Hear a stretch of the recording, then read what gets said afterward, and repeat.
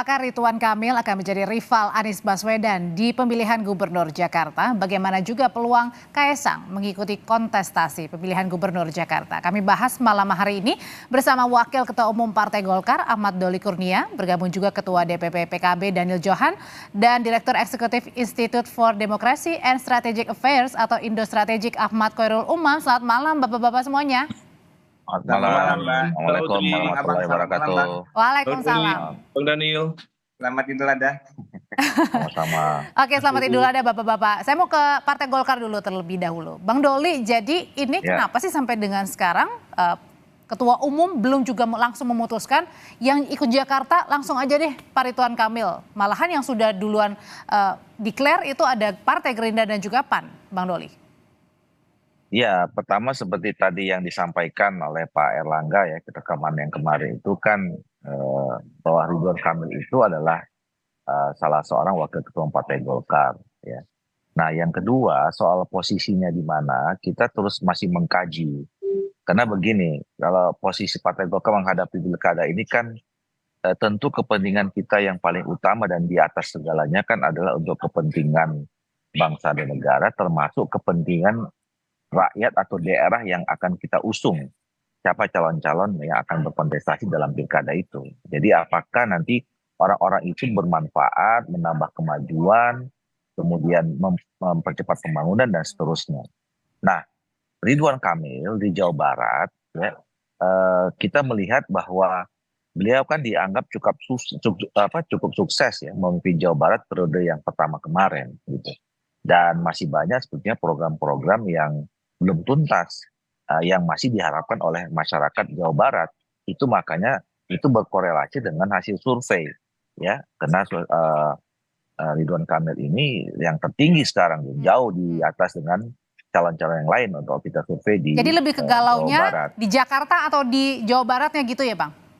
Nah, sementara kalau di Jakarta ya kita kan belum lihat kebermanfaatan Ridwan Kamil di Jakarta gitu ya, dan kemudian ini kan masih belantara ya, kita juga belum tahu apakah memang lawannya benar-benar Pak Anies Baswedan atau kemudian apakah Pak Basuki Cahayapurnama juga maju atau apakah ada nama yang lain gitu. Nah, kalau lihat lagi kembali ke survei itu jauh lebih besar peluang menangnya di Jawa Barat dibandingkan di DKI Jakarta. Tapi dari Partai Gerindra sendiri, contohnya kayak Bang Habib justru yakinnya kalau RK ke Jakarta nih pasti akan menang, bisa menandingi Mas Anies, Kang Emil ini. Ya, kalau kita mau menang itu melihatnya menang nanti pasti hari H kita memilih dan menang. Kalau kita semua kan juga pengen menang kan. Kita lihat, kita kan semuanya harus melihat, mengkaji. Kalau kita bilang meyakin menang apa dasarnya gitu kan. Nah, sekarang yang paling mungkin, yang paling misalnya menjadi rujukan selama ini kan hasil survei elektabilitas. Nah, makanya oleh karena itu kita kan masih punya cukup waktu nih ya, masih ada sekitar 3 bulan lagi sampai pendaftaran ya, 2,5 bulan lah kira-kira gitu. Makanya tadi Pak Ketua Umum juga kita lihat nanti survei yang berikutnya mungkin sudah ada pada akhir bulan Juli, dan itu juga kesepakatan di dalam pimpinan partai-partai di Koalisi Indonesia Maju, karena juga kami sudah Golkar memahami ya posisi, sadar bahwa kami adalah bagian dari Koalisi Indonesia Maju yang nanti yang kita udah sepakat menghadapi pilkada ini, itu pembicaraan pertama pasti di lingkungan Koalisi Indonesia Maju. Nah, jadi saatnya nanti akan bicara. Berbeda dengan Partai Golkar, kalau DPD PKB kan ini sudah firm akan meminta atau mencalonkan ya, mengusung gitu Mas Anies Baswedan di Pilgub Jakarta. Kalau dari DPP itu juga sudah firm juga, Bang Daniel. Apakah nanti juga PKB jangan-jangan meminta nih jatah untuk posisi cawagup? Ya, makasih Mbak. Jadi DPW wilayah berdasarkan hasil rapat kerja sudah menyampaikan aspirasi dari seluruh basis, mulai dari tingkat ranting yang mengusulkan kembali agar Pak Anies maju sebagai calon gubernur untuk kedua kalinya. Nah, kita tentu sebagai DPP berterima kasih karena bukan hanya DPW DKI, karena ini di semua tingkatan di seluruh daerah ya. Jadi proses aspirasi tersebut diterima dengan baik dan akan diproses oleh pusat, oleh Des Pilkada Pusat. Nah, sekarang ini lagi tahapan proses. Nanti mungkin akan ada penjadwalan UKK seperti fit and proper Nah, nanti jadwalnya kalau sudah ditetapkan mungkin ya kita akan berikan kabar kepada calon masing-masing termasuk kepada Pak Anies. Nah, setelah proses UKK tentu nanti ada tim yang akan mengkaji secara mendalam. Tentu harapan seluruh wilayah berharap apa yang disampaikan oleh wilayah juga sesuai dengan hasil yang diproses oleh pusat. Nah, karena Artinya bisa prosesnya belum mulai, kemungkinan kita saja lihat berubah begitu kalau pusatnya tidak menyetujui Mas Anies di Pilgub. konteksnya bukan setuju atau tidak setuju, tetapi dari hasil proses pengkajian, hasil proses pendalaman ya.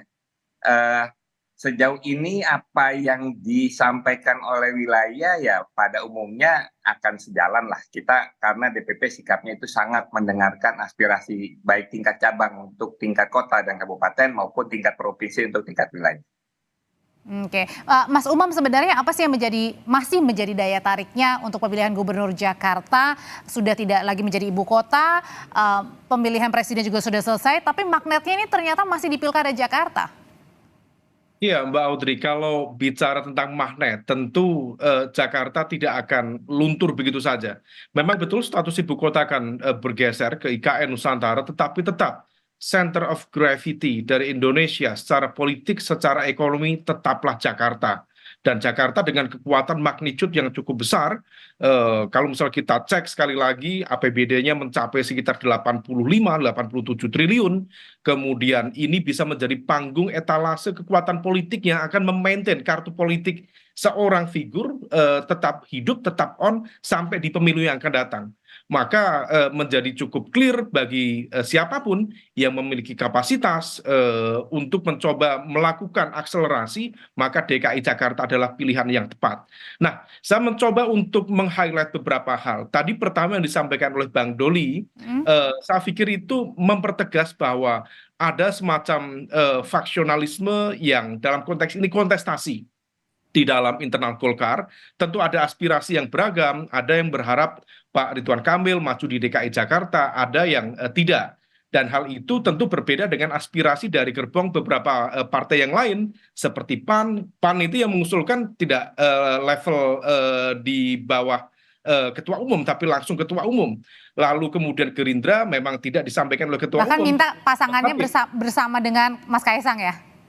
nah, itu salah satunya. Artinya bahwa upaya untuk mengusung Pak Ridwan Kamil memang menjadi sebuah gelombang cukup signifikan di sini. Nah, kalau misal kemudian itu bisa dilakukan, tentu ini menjadi sebuah gerbong yang cukup penting untuk dipertimbangkan. Terlebih, kalau misal hari ini tadi ada statement dari Ketua Umum PKS, Presiden PKS ya, yang mengatakan bahwa dari partainya mendapatkan tawaran sebagai wakil dari calon gubernur dari Koalisi Indonesia Maju dan diiyakan oleh beliau, Pak Ahmad Syaiqo, maka ini mempertegas sekali lagi ada beberapa indikasi. Pertama, barangkali ini adalah strategi untuk mengkat manuver atau langkah konsolidasi dari Anies Baswedan untuk mengkonsolidasikan 20% kekuatan di DKI Jakarta. Dan yang kedua, bisa saja ini menjadi sebuah pintu bagi PKS untuk menegosiasi dan juga melakukan kompromi untuk masuk di pemerintahan yang akan datang. Terlepas dari itu, ini situasinya sangat light, tetapi kalau misal kemudian kita cermati secara general, di sisi Kim tampaknya ada tingkat kepercayaan diri yang cukup tinggi, sementara dari sisi salah satu kandidat adalah Mas Anies Baswedan sebagai petahana, mantan capres juga memiliki bekal kekuatan politik yang cukup memadai di DKI Jakarta, tampaknya masih betul-betul harus berhitung, terutama untuk memastikan threshold 20% itu. Kalau misal threshold itu bisa terpenuhi, let's say PKS akhirnya tidak bergabung dengan koalisi Kim di pilkada nanti, di backup oleh PKB, kalau misal kemudian konsisten dan istiqomah, Mas Daniel, lalu dari Nasdem misalnya, maka ini bisa menjadi sebuah alternatif yang cukup memadai. Yang belum clear, the only one adalah PDIP. PDIP menjadi partikel yang agak mengambang. Di satu sisi dia berada di tengah di antara kutub, let's say di sisi kanan ada teman-teman Kim, di sisi kiri ada teman-teman dari koalisi perubahan. Ya, ya. Sementara PDIP tidak memiliki golden ticket. Ini yang kemudian perlu kita hitung. Apakah kemudian akan bergabung ke salah satu atau berikhtiar menciptakan koalisi baru. Apa karena juga Soalnya, pertaruhan untuk Pilgub Jakarta ini bukan hanya tadi IKN-nya sudah pindah tetapi juga kemudian masih tetap Jakarta yang menarik, salah satunya karena pertaruhan nanti 5 tahun mendatang menentukan juga di Pilpres siapa yang akan menjadi maju sebagai calon presiden. persis Mbak Audrey, karena bagaimanapun juga pilkada kali ini dilakukan secara serentak pada November 2024. Artinya bahwa kemudian pilkada secara serentak yang akan datang di 500 sekian kabupaten kota dan juga provinsi akan dilakukan pada November 2029 yang akan datang. Artinya komposisi pemenang di pilkada 2024 ini akan menjadi sebuah sel-sel kekuatan politik baru yang akan menentukan bagaimana konfigurasi kekuasaan di Pileg dan juga Pilpres 2029 yang akan Oke. datang. Mbak Audrey. Bang Doli, sebenarnya kalau untuk majunya siapa yang akan maju sebagai cagup dan cawagup di Pilkada Jakarta, butuh juga nggak sih approval dari Pak Jokowi? Ya, tentu kan kalau kita bicara tentang koalisi Indonesia Maju, ya, kita kan sudah punya pengalaman ya, sejarah yang relatif cukup panjang kemarin menghadapi Pilpres, dan kita punya cita sukses dengan itu. Dan koalisi Indonesia Maju ini kan partai-partai politik yang merupakan partai politik pendukungnya Pak Jokowi. Nah, jadi saya kira komunikasi yang dilakukan selama ini kan belum terputus ya. Agenda-agenda politik koalisi Indonesia Maju ini kan juga tidak terpisah dengan bagaimana kedekatan ya, komunikasi yang dibangun antara partai-partai politik yang merupakan pendukung Pak Jokowi dan Maruf Amin. Tapi kalau dari koalisi Indonesia Maju sebenarnya harus terus berkoalisi nggak di Pilkada? Misalnya katakanlah Gerindra pada saat sudah pengennya RK maju di Jakarta, mungkin saja Gerindra dari Pilgub Jabar menginginkan Kang Deddy. Nah, satu sisi juga Partai Golkar kan masih menimbang nih RK mau di Jakarta apa di Jabar. Jadi harus tetap koalisi atau bisa pisah jalan di Pilkada? Ya, sebisa mungkin kita berupaya untuk bisa bersama-sama ya, walaupun ya kami juga paham bahwa peta politik nasional itu belum tentu bisa dijiplak sama sekali di menjadi peta politik di daerah ya, karena kepentingannya berbeda, nilai-nilainya berbeda, dinamikanya berbeda, hasil pileknya pun juga berbeda. Jadi saya kira begini, di koalisi Indonesia Maju ini sudah ada kesepahaman ya, bahwa dalam menghadapi pilkada ya, bukan hanya DKI, bukan hanya Jakarta dan Jawa Barat, tetapi di seluruh Indonesia kita memang harus dimulai dari pembicaraan antar sesama partai politik yang tergabung dalam koalisi Indonesia Maju ya, dan kita berupaya kalau memang bisa basi bersama ya kita bisa bersama. Tetapi sekali lagi saya katakan nggak mudah juga, karena tadi di setiap daerah itu akan harus sama gitu, karena situasinya berbeda, petanya, konfigurasinya itu berbeda juga, tidak sama dengan di nasional gitu. Jadi saya kira itu juga dipahami ya, disadari oleh semua pimpinan partai politik yang tergabung dalam koalisi Indonesia Maju. Artinya Tapi bahwa kita punya keinginan bersama, iya. Oke, kalau misalnya pisah jalan pada saat Pilkada, Mas Umam, ini mungkin nggak terjadi gesekan atau semuanya saling mengerti? Kalau pisah jalan di Pilkada.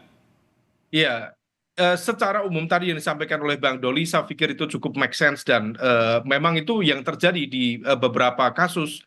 Artinya bahwa konfigurasi di tingkat nasional itu tidak serta-merta kemudian akan bisa diterapkan pada tingkat lokal. Bahkan yang berbeda ideologi sekalipun, let's say seperti PKS dan juga PDIP, di tingkat nasional per hari ini belum pernah terjadi peleburan secara konkret dalam konteks gerbong kekuatan politik. Tetapi dalam level pilkada itu sudah terjadi berkali-kali dalam konteks studi kasus di banyak daerah. Nah, tetapi kemudian kalau misal dalam konteks DKI Jakarta ini situasinya sangat berbeda. Maka kalau misal kemudian nanti koalisi Indonesia Maju terutama sebagai koalisi yang menang di Pilpres yang lalu, maka dia memiliki kepentingan betul untuk mengamankan basis kekuatan DKI Jakarta. Besar kemungkinan, most likely, koalisi Indonesia Maju akan betul-betul solid untuk mengamankan kekuatan di DKI Jakarta. Mengapa? Karena dalam konteks ini besar kemungkinan mereka akan meletakkan basis kekuatan kepemimpinan DKI yang bisa diajak berkoordinasi, bisa diajak komunikasi dan tidak menjadi rival atau kompetitor politik yang potensial di ajang kontestasi yang akan datang. Nah, di level inilah yang kemudian tampaknya terutama di Koalisi Indonesia Maju akan tetap solid untuk menghadirkan kekuatan yang besar. Adapun di koalisi-koalisi yang lain masih membuka kemungkinan, bahkan besar kemungkinan akan terjadi fragmentasi dan juga faksionalisme. Kita tahu kalau misal kemudian PKB dan juga Nasdem mencoba untuk menyeberang dari yang kemarin koalisi perubahan yang tampaknya begitu solid, tapi ternyata manuvernya cukup cepat dan kemudian tampaknya akan bergeser, maka pilkada ini adalah bagian dari ruang negosiasi dan juga kompromi untuk melakukan manuver-manuver politik ke depan. Oke, benar Bang Daniel, ini menjadi pilkada Jakarta ini juga bukan hanya pertaruhan, tapi lebih kepada tadi ya, ruang negosiasi nih. Ya, siapa masuk koalisi pemerintahan nantinya di Prabowo Gibran? Ya, sejauh ini memang yang seperti dijelaskan oleh Bang Doli ya, ataupun Bang Umam, bahwa dalam konteks pilpres agak sulit kalau disamakan dengan konteks pilkada. Karena faktanya semua partai itu punya sikap yang sama, bahwa di pilkada itu koalisi lintas yang tidak ada hubungan dengan koalisi pilpres itu terjadi ya. Baik PDP dengan PKS di daerah tertentu, Gerindra dengan PKB, Gerindra dengan PKS, itu semua terjadi. Nah, termasuk seharusnya dengan Jakarta.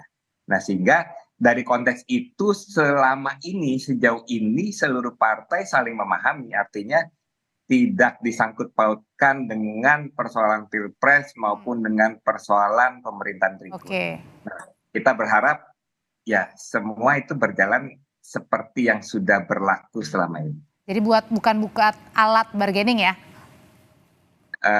Tidak, karena memang pilkada itu berjalan sangat khas. Baik. Semua punya hubungan kepentingan, kecocokan untuk berjalan bersama. Oke, sudah kita tangkap poinnya. Terima kasih Bang Daniel, Bang Doli terima kasih, Mas Umam terima kasih. Sama-sama. Selamat malam. Terima kasih Bang Doli, Bang Daniel. Yuk.